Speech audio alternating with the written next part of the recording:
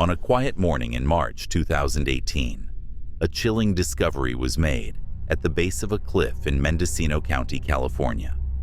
A crumpled SUV was found, its wreckage hinting at a terrible accident.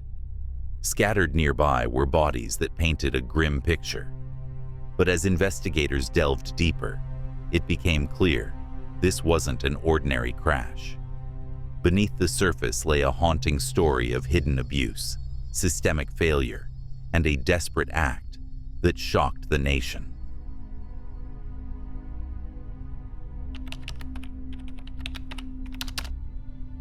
Jennifer Jean Hart, known as Jen, was born on June 4, 1979, in South Dakota. The eldest of 3 children, Jen grew up in Huron, a small town surrounded by natural beauty.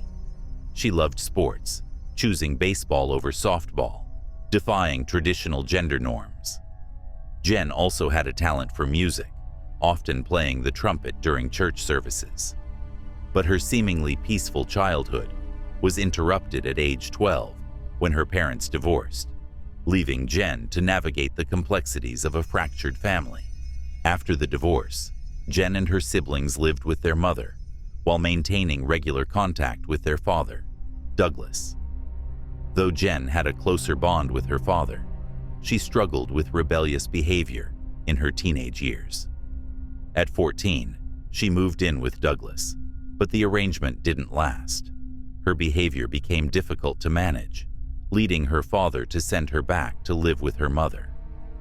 Despite these challenges, Jen graduated from high school in 1997 and surprised her community by enrolling at Austina University, a conservative Lutheran institution. During her college years, Jen transferred to Northern State University, where she met Sarah Margaret.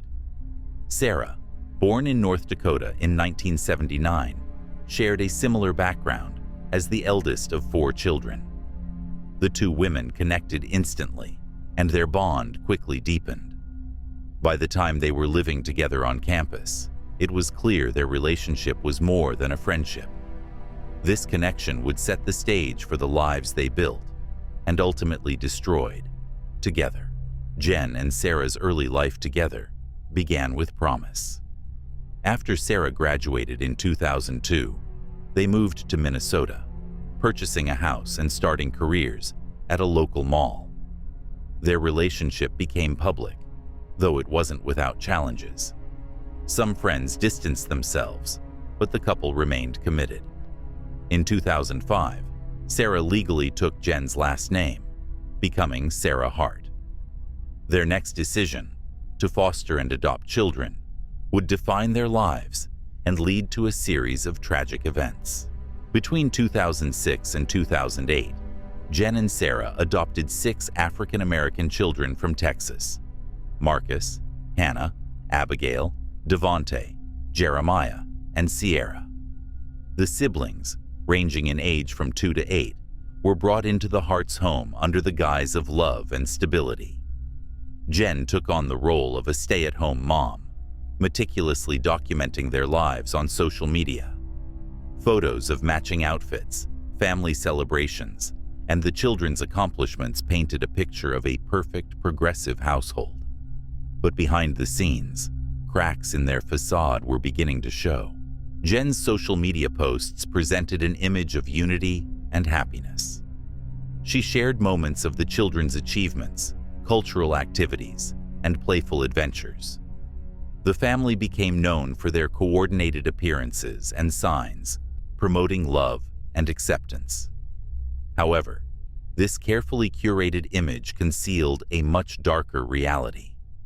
Allegations of abuse, neglect, and manipulation were mounting, hinting at the disturbing truth hidden behind their polished online persona.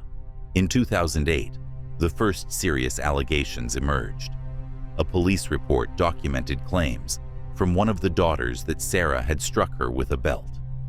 When questioned, Jen and Sarah denied the accusations, blaming an accidental fall. The incident was dismissed, but it wouldn't be the last. In 2010, 6-year-old Abigail confided in her teacher about bruises and other forms of mistreatment at home. These claims prompted an investigation, where Sarah admitted to hitting Abigail, and Jen acknowledged knowing about the abuse. Following the investigation, Jen and Sarah withdrew all 6 children from public school, citing concerns about racial discrimination and bias against their family structure. Publicly, Jen framed the decision as a way to protect her children, sharing idyllic photos of science class in the woods on social media. Privately, this marked a turning point. By isolating the children, the couple gained tighter control over their lives, cutting off potential avenues for outside intervention. Despite the veneer of happiness, neighbors and acquaintances began noticing troubling signs. Reports of strict rules, food deprivation, and emotional abuse surfaced repeatedly. Yet, the family's reputation remained untarnished in the public eye.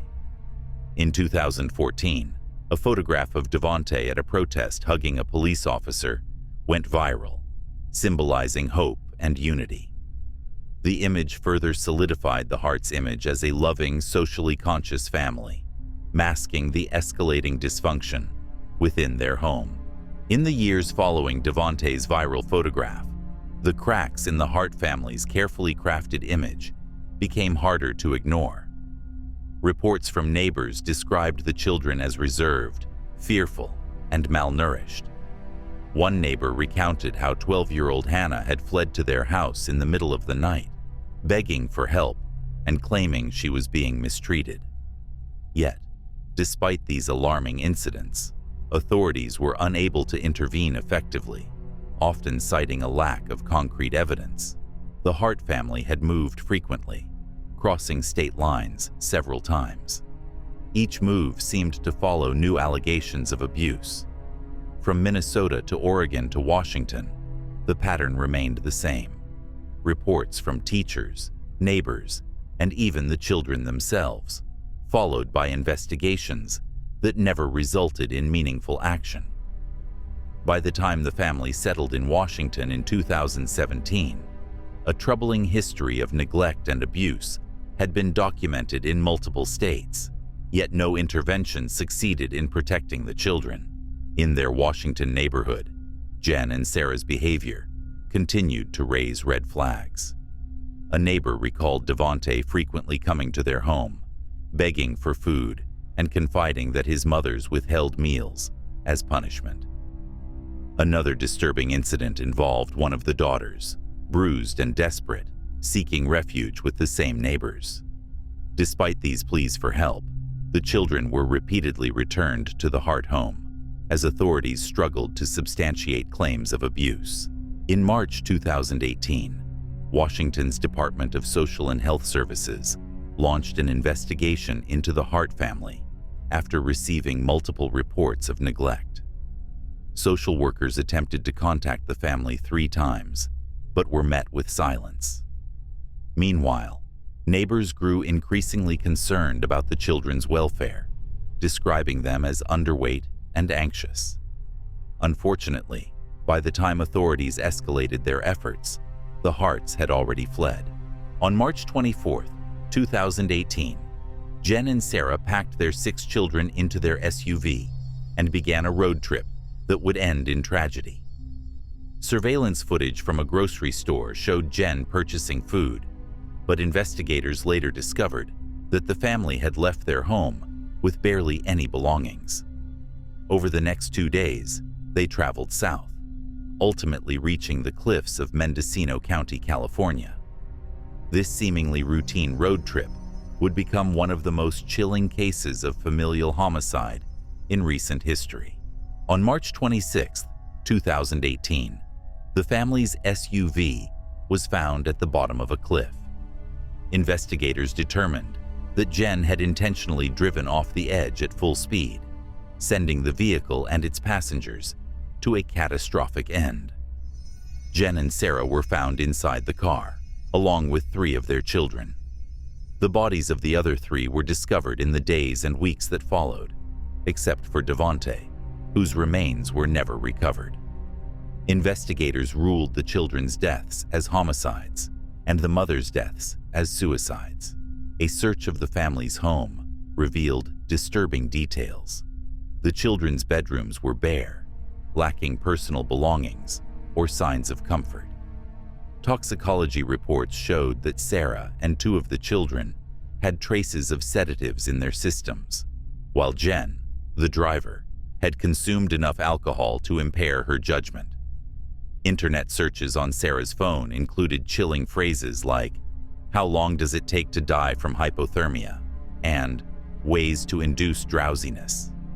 These findings pointed to premeditation, shattering any illusion of an accidental tragedy. The Hart family tragedy became a symbol of systemic failure, sparking outrage and calls for reform. For years, child welfare services across multiple states had been alerted to the abuse, but failed to act decisively. The couple's ability to present a perfect family image on social media masked their dark reality, allowing them to avoid scrutiny. This disconnect between perception and reality became a focal point in the public discourse surrounding the case.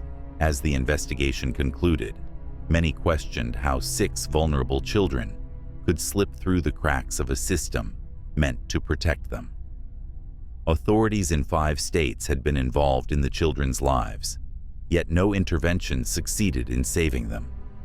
Advocates for child welfare reform pointed to this case as evidence of the need for stronger oversight, better communication between states, and more rigorous follow-ups on abuse allegations. The Hart family tragedy remains a haunting reminder of the consequences of neglect, both by individuals and by the systems in place to safeguard vulnerable lives. For nearly a decade, Jen and Sarah Hart maintained a facade of love and care, all while their children suffered in silence.